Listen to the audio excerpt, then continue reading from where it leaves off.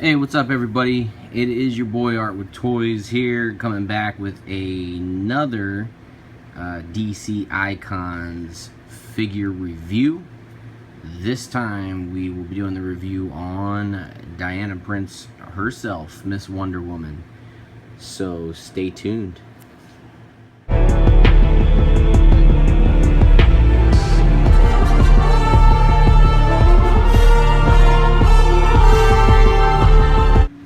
Alright, we're back and we're going to take a look at the box, and joining me is my special assistant and my daughter Jay-Z, so she'll be here to help me out with the video. Hi.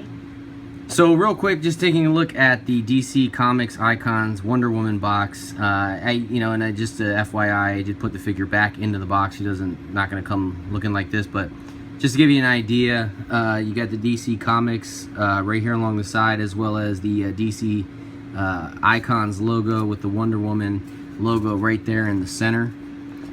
Looking at the bottom, you have the DC collectibles along with the warnings. The major difference with this box from the other one is you're going to have the Wonder Woman 75th anniversary sticker here, so that's pretty cool. Wonder Woman down the side, and then over here you're going to have the figure. Again, apologize, you just put the strap for her arm back in there, and we'll explain how that works. You're going to have the shield here at the top, as long as the sword along the side. The rolled up lasso will be right here, which will clip to this hip over here for her. The interchangeable fisted hands, and then you have the unrolled lasso here. Looking at this side, not too much going on other than, again, the Wonder Woman piece with the 19 up at the top. There's some holes there for her to breathe, I guess. DC's known to do that. DC Comics, DC Icons, you got the Wonder Woman symbol there. The other figures that come in the wave, again, we did pick up Deathstroke and Cyborg. Did not do Swamp Thing here. And I also know Static is in this line. Right here is designed by Ivan Rice, sculpted by Sam Greenwell. You have DC at the bottom. Looking at the other side, again, 19, Wonder Woman, DC Comics Icons, Wonder Woman. This is from the storyline, the Amazon Virus. DC collectibles, Wonder Woman logo at the top, and your standard legal stuff at the bottom. Not much going on there. So we're gonna get this open and we'll take a look at the accessories. All right, taking a look at the accessories, just one thing to note, these figures do come with this sheet of paper that gives you just a running breakdown of the figures in this wave and how the different accessories work. So you have Wonder Woman here. Just kind of give you an idea how the hands attach and how you can switch them out, how the shield attaches to the wrist as well as the back, and it's supposed to go up under her hair. We'll talk a little bit about that later, where the lasso goes. And then if you look at this, they have, and I've already reviewed Deathstroke, but just how the sword attaches to his back, how you interchange the heads and the hands. And on the flip side, you got Static and how he stands on the levitating manhole cover. Change of heads, and then the change of hands for Swamp Thing. So yeah, so you get that.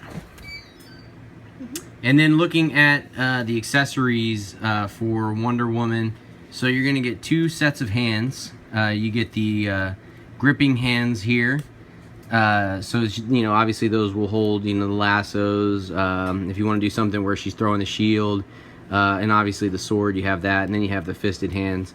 So those are real easy if you want to just get those into the figure. One thing that I caution when you're applying these, make sure you go straight in. I've seen people that go in at an angle or whatever, and they do tend to break these little peg pieces. So you'll just kind of put those in there, and then if you push, you'll hear kind of a clicking, and the hand is in there, and then you got the wrist movement there. So we'll talk more about the articulation in a minute. The other accessories you'll get when you remove the hand, you can slide this piece off of the forearm. This is actually kind of the piece that holds the shield. It pretty much is an accessory even though it comes on the figure, but this actually has kind of a fitting that has an indentation here. So you're just going to match that up, and that'll kind of clip in. Mine doesn't want to clip in all the way. It's somewhat sturdy. I have seen when this is on the figure it falls off. And then also there's another similar piece in the back that it clips onto the back, so I'll show you that in a minute. But yeah, and then you're obviously going to get this shield. It's cool. I feel that it is a little undersized, but I think they have to make it that way in order to get it on her back and have her hair flip over it. It's got kind of the metallic look here. It's got the raised piece here, so it does have some detail in the mold. And you got your sword, so your typical Wonder Woman sword. You get that metallic look here, and you know, it's kind of cool how that reflects the light like a real sword would. You get the wings here at the bottom that kind of have a black wash in it that kind of helps the detail stand out. Pretty cool looking handle, so that works out well. You get this lasso. This is pretty awesome. It's almost like real rope, even though it is plastic. It functions like real ropes, which is kind of neat. A little bit, you know, it's got the pliable action to it, and you know, it has the molding in there, so it looks and feels like real rope, but you know, obviously it's probably plastic. But a pretty neat feature. And the last of the accessories is going to be the rolled up rope, and again, this is pretty cool. It clips here. It's pretty good for you know, photo purposes. However, one part I don't like about it is you move it around, it tends to want to fall off, so it does get a little irritating. Again, like I mentioned with the Deathstroke and his gun, you might, when you have them on display, you might want to put these in storage. You don't want another figure to knock this one over and this to fall on the floor and, you know, get vacuumed up or something, so just be careful with that. Another thing too, that which I guess you would call it as an accessory, is she does have this belt, and you can slide the sword into this little loop here. It does feel somewhat fragile, but it, you know, it kind of gives her a good look there. So now we've taken a look at the accessories, we'll just take a look at the figure. Alright, so just taking a look at the figure here. So real quick, you know, a pretty cool figure. You got some nice detail in the hair. You know, not a lot of paint apps, but pretty good detail. If you lift the hair, there's like an indentation back here, and I'll talk a little bit about that in a minute, but that's pretty much a fitting for the shield, so if you want to clip it to her back, kind of like a Captain America type thing, you can. On the forehead here, you got your, you know, the crown or the piece with the star in the middle. The face looks pretty good. You got the red lipstick, you know, the eyes. You could, I guess this left one here, or her right, would be, it's a little off center on the, you know, pointing on the inside, but it's not too bad. But pretty cool sculpting. You look around the neck, you can see kind of the wrinkles and you know, things of that nature. Coming down here, you know, really cool features. You know, you got the Wonder Woman, I guess, you know, top or whatever. The choice of color paint's pretty neat. You know, it's kind of like a, you know, dark red, maroon color. There's sculpting in there, sculpting here with the eagle or whatever you want to call it.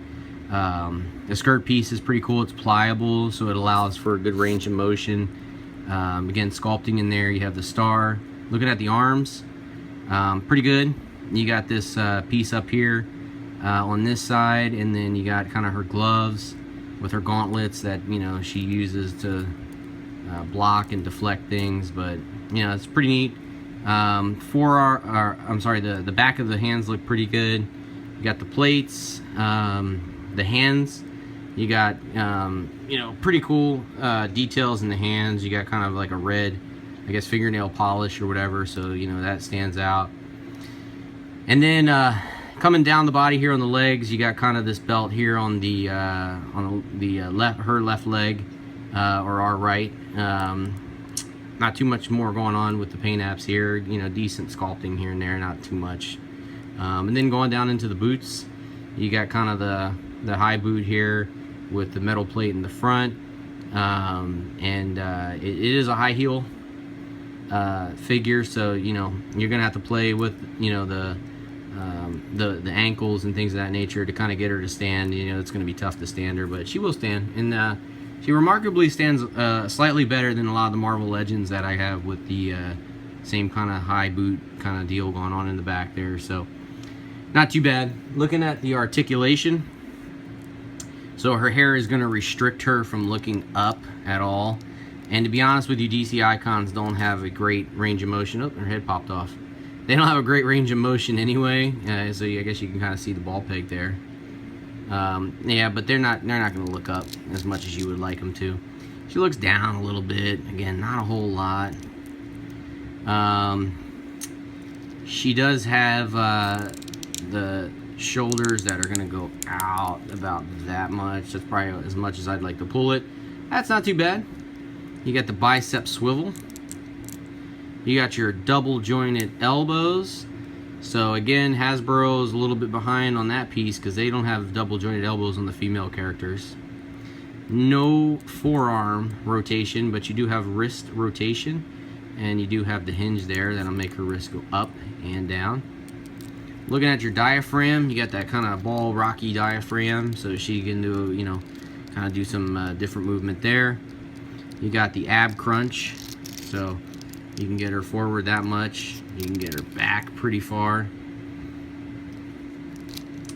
You have, you don't have that, I guess you kind of do. You have that kind of that SH figure art style leg that you can move up and down. So you can move it down and get her to kick far forward.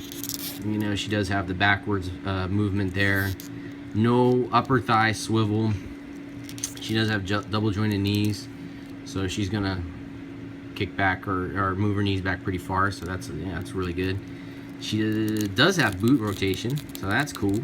She's got ankle rotation. Well, no, she's really just got that front ankle rocker, to be honest with you, so not a lot of ankle rotation there.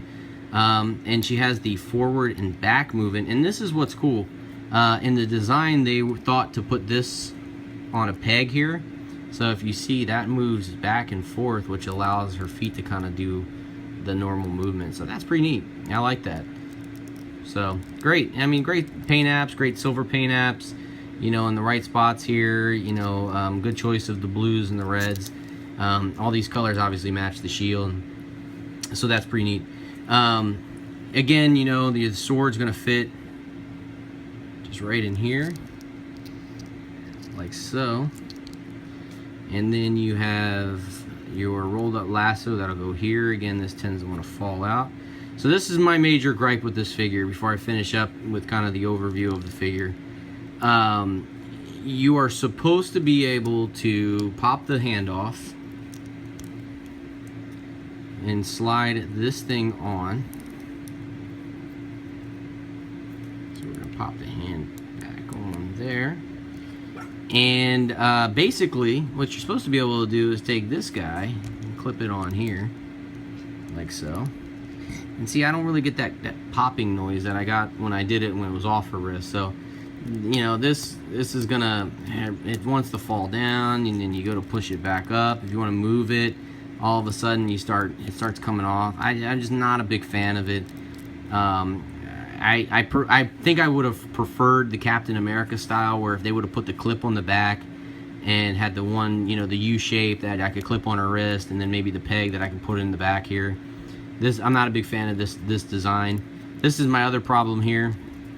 I really think it would look cool if I can get this shield on her back. Again, you have the same kind of fitting where there's an indentation piece there. So I'm gonna put that on her back. I want it to click. It does, but here's the problem. Look, her head's all the way forward. She's crunched forward. It looks weird. So then what I've been trying to do is just kind of squeeze this, but her head just wants to keep pushing, the shield just wants to keep pushing the head forward. I just can't. I just hate it. So, and then to get her to stand straight up, it just doesn't work. It doesn't function right. And this tries to slide down. I try to straighten her back, and the shield pops off. So, yeah, I don't know. Again, if you could get it on there and make it work just for photo purposes, that's great.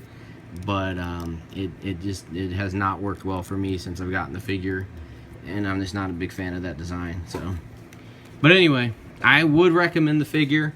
Again, the biggest gripe's probably going to be the undersized shield that doesn't quite work well on the clips. Other than that, I do like the paint apps. I do like the figure itself. And, you know, if you're building your Justice League with your DC icons, this is definitely a figure you want to pick up and incorporate into that. So, real quick, you know, before I get into some size comparisons, we'll just kind of measure Wonder Woman here. So she is going to stand roughly just under 6 inches. So she'll fit in nicely with your, again, with your DC Icons figures. From a Marvel Legends standpoint, she's going to be undersized, you know, and that's just typical with our DC Icons. You're going to have to use some forced perspective to fit her in there if you want to get her in with some of your other figures. But other than that, good looking figure, and definitely, again, yeah, it would be a great add if you're building your Justice League. Alright, for your size comparison, just taking a look at how the DC Icons Wonder Woman matches up with some other figures. You have the DC Multiverse Wonder Woman from the Batman vs Superman movie. She's a little smaller. The articulation and everything about this figure is way better than this thing. So, but anyway, for sort of size comparisons, that is there. Definitely wouldn't recommend that figure. You have your DC Icons Harley Quinn, a great figure. Obviously, Wonder Woman's slightly bigger than Harley Quinn, as she should be, I think so. You got kind of like your, I guess, you're really a taller female character from the Marvel Universe, and Angela. So, you know, I kind of wanted to get her in there. I felt like she's probably somewhat the most similar to a Wonder Woman that Marvel has. And then you have your Spider-Gwen figure. You know, again, Spider-Gwen's going to be a little shorter. And as well she should be. She's a teenage figure, so you know that one definitely stacks up pretty good. But anyway, just for your size comparison, you have that. Alright, one more comparison here. So I wanted to get the Trinity together. You have your DC Icons Superman right here, and DC Icons Batman. Again, she's probably a little bit taller than Batman. Probably would have liked to seen her about the same size, but I get it. She is probably going to be a little taller. She's Amazon.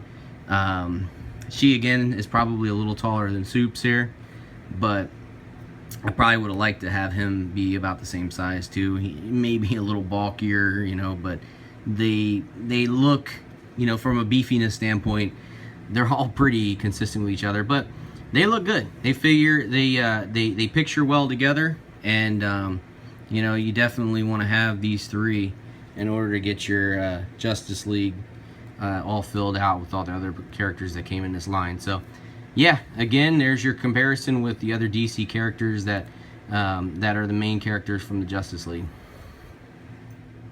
Alright, and that is it. That is my review of the 6-inch DC Icons Wonder Woman. Again, you know, I like this figure. I like the details. I like the way she looks. She fits in good with the Justice League. Not a huge fan of the shield either way. I don't like the size. I don't like it when it clips on her forearm or her back. I might even try to modify the hair a little bit to get that to work a little better, so we'll see. Not a big fan of how loose the lasso fits on her waist there, but it looks good when it's on. And then you probably just saw it, her sword just moved on its own. It does not fit in the hand very good. It's very loose. And I just noticed that. And I also, you know, if it's pointed downward or she's like in a relaxed pose, it tends to want to slide down her hand. So yeah, I don't like that portion of it. But I mean, again, it looks good. It's great. It's got great colors, great sculpt. She fits in good with the Justice League, and you know, it's something that I would recommend picking up. This figure retails for about $24 to $27. Again, I said this with the Deathstroke, and I'll say it again with this one. $27 is probably a little bit too much for this figure. 20 to 24 is probably where, you know, you want to be at on that range. But you know, you do get you know, a nice set of accessories that comes with her. So that's what's, you know, which is the reason why I would maybe pay 24 bucks for her. But yeah, I definitely would recommend her if you want to complete your DC Icons Justice League. And with that, if you can buy it, pick it up, let it breathe, and have fun. I'll catch you guys later.